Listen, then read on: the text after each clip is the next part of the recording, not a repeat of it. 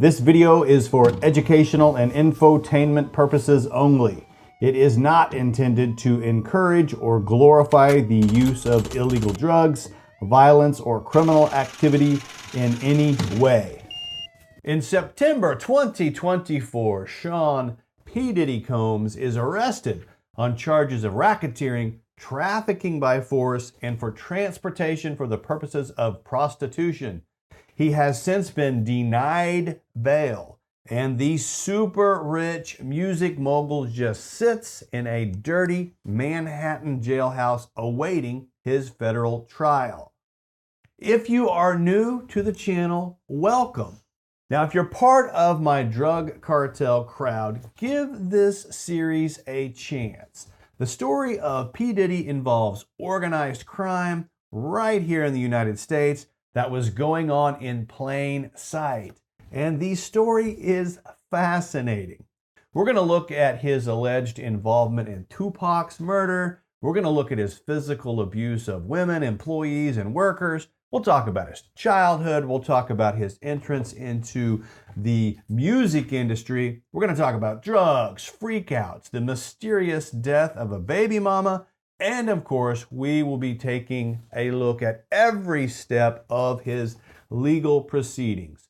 So what exactly did P. Diddy do to get locked up? Well, you're about to find out. I'm Joshua Roberts, attorney at law, and you are watching Lawyer Up. This is episode 1 of the arrest and trial of Sean P. Diddy Combs. Now, in this episode, we are going to look at the exact charges that he is facing. You've heard summaries on the news, but I have the actual charging document, the indictment, that I'm going to share with you during this episode. Now, we will get into his past, his career, his present, and all that other stuff in future episodes. But this episode is all about the indictment, and it's lengthy, so let's get started. Now, the indictment starts off with an overview that states the following. For decades, Sean Combs, aka Puff Daddy, P. Diddy, PD, and Love, abused, threatened, and coerced women and others around him to fulfill his illicit desires, protect his reputation, and conceal his conduct. To do so, Combs relied on employees, resources, and the influence of his multifaceted business empire that he controlled, creating a criminal enterprise whose members engaged in illicit trafficking, forced labor, kidnapping, arson, bribery, and the obstruction of justice.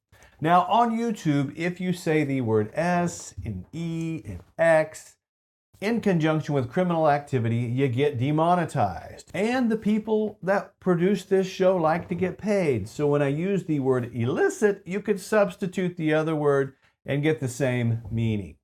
All right, so let's move forward. The next paragraph of the indictment says Sean Combs operated his business, headquartered in Manhattan and Los Angeles, under a variety of corporate names, including Bad Boy Entertainment, Combs Enterprises, and Combs Global, all of which included a record label, a recording studio, an apparel line, an alcoholic spirits business, a marketing agency, a television network, and a media company.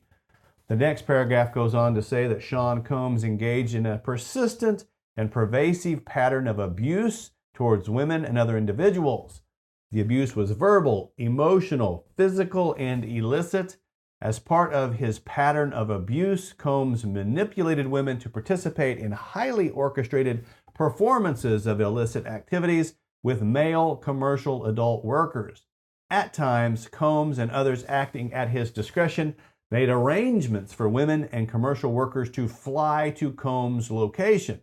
Combs ensured participation from the women by obtaining and distributing narcotics to them, controlling their careers, threatening to cut off financial support, and using intimidation and violence. The indictment goes on to say that physical abuse by Sean Combs was recurrent and widely known.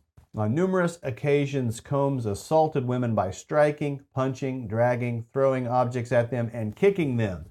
These assaults were, at times, witnessed by others and included one instance at a Los Angeles hotel on or about March 2016, which was captured on video and later publicly reported, where Combs kicked, dragged, and threw a vase at a woman. It is referred to as Victim 1 in the indictment, but we know her as Cassandra Ventura, or singer Cassie. And this, of course, occurred as she was attempting to leave the hotel. When a member of the hotel security staff intervened, Combs attempted to bribe the staff member to ensure his silence. The next paragraph says, Sean Combs used his business, including certain employees, to carry out, facilitate, and cover up his criminal activities. Members and associates of the Combs enterprise engaged in illegal trafficking, forced labor, interstate transportation for the purposes of prostitution, narcotics offenses, kidnapping, arson, bribery, and the obstruction of justice. The indictment then switches gears and goes into the purposes of the Combs enterprise, which included operating a global business in the media, entertainment, and lifestyle industries for profit. Also preserving, protecting, and promoting the brand of Sean Combs as a figure in the entertainment industry through violence, use of firearms, threats of violence, coercion, and other forms of abuse. Fulfilling the personal desires of Combs, particularly those related to Combs' illicit gratification through the exploitation of women, and enabling Combs to engage in unlawful acts of violence, including trafficking, forced labor, interstate transportation for the purposes of prostitution, coercion, narcotics distribution, and other crimes. Also, protecting Combs from detection and prosecution by law enforcement authorities through acts of intimidation, manipulation, bribery, and threats of retaliation against individuals who witnessed the crimes committed by him. The indictment then segues into what they call the means and methods of the enterprise. Among the means and methods by which Sean Combs carried out these acts included the following. Combs wielded his power and prestige to intimidate, threaten, and lure female victims into his orbit, often under the pretense of a romantic relationship. Combs then used force, threats of force, and coercion to cause victims to engage in extended illicit acts with male commercial workers in scenarios that Combs referred to as freak-offs. Freak-offs were an elaborate and produced illicit performance that Combs arranged, directed, and recorded. Freak-offs occurred regularly and sometimes lasted multiple days. During freak-offs, Combs distributed a variety of controlled substances to victims, in part to keep the victims obedient and compliant. After freak-offs, Combs and the victims typically received IV fluids to recover from the physical exertion and drug use. Combs' security staff and other employees facilitated the freak-offs by booking hotel rooms, stocking hotel rooms in advance with the required supplies, including controlled substances, lubricant, extra linens, and lighting. In addition, they would clean the hotel rooms to mitigate room damage. They would arrange for the travel of victims and commercial workers and the delivery of large sums of cash to Combs to pay the participants. On or about March of 2024, during a search of Combs' residences in Miami, Florida, and Los Angeles, California, law enforcement seized various freak-off supplies, including narcotics and more than 1,000 bottles of baby oil and lubricant.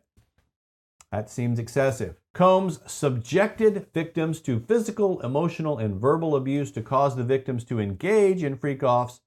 Combs maintained control over his victims through physical violence, promises of career opportunities, threatening to withhold financial support, and by other coercive means, including tracking their whereabouts, dictating the victim's appearance, monitoring their medical records, controlling their housing, and supplying them with controlled substances.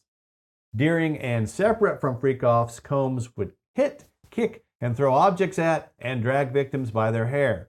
These assaults often resulted in injuries that took days or even weeks to heal. Combs also used sensitive and embarrassing and incriminating records that he made during the freak-offs as collateral to ensure the continued obedience and silence of the victims. Combs' security personnel at times carried firearms. Combs himself carried and brandished firearms to intimidate and threaten others, including victims of and witnesses to his abuse.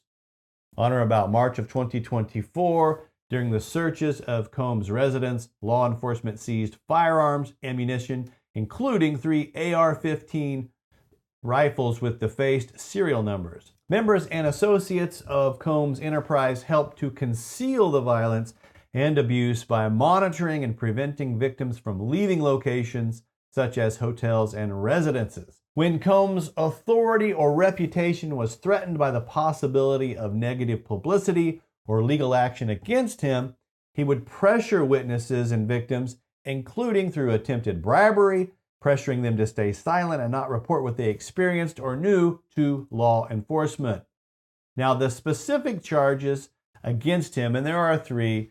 The first one is racketeering. Now, racketeering is defined under the Racketeer Influenced and Corrupt Organizations Act, or RICO. It's defined as an illegal activity that is repeated as part of an organized or systemic criminal operation. So there is the underlying criminal act, but if it's repeated as part of a criminal operation, that brings along the additional charge of racketeering. Now, the reason that RICO was enacted back in 1970 was to close what they called the crime boss loophole, which allowed a person who instructed someone else to commit a crime, for example, a murder, to be exempt from prosecution. The crime bosses were saying, well, hey, I didn't shoot anybody, even though they had ordered the hit. So under RICO, everyone involved in the conspiracy, from top to bottom, is responsible for every other act of every other person in the conspiracy. And so that's how they can get the person at the top responsible for things that happened by the people at the bottom.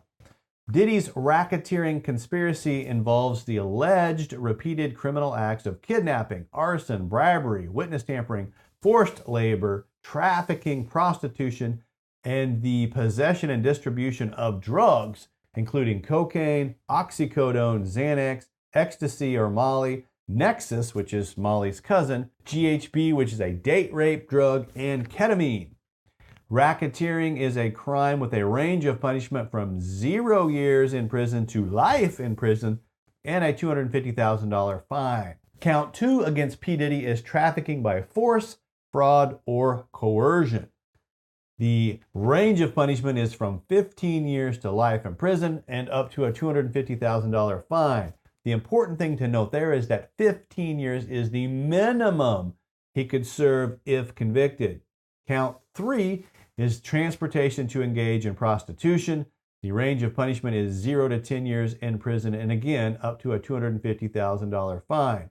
Finally, there is a forfeiture allegation, and this is a big deal.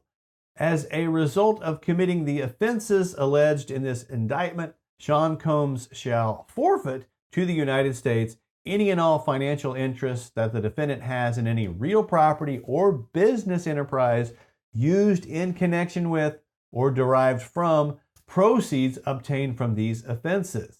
Now, he is worth reportedly over $600 million, all of which could potentially be up for forfeiture because the government alleges these crimes go all the way back to 2009. So prison time and complete asset forfeiture are the major punishments looming for P. Diddy in this case. So that is the indictment. It's important to remember that everyone is innocent until proven guilty in a court of law, and the indictment simply contains allegations of wrongdoing that have yet to be proven beyond a reasonable doubt. So stay tuned. Come back next week for episode 2, where we will be discussing Sean Combs, his childhood, and how he got into the music business in the first place.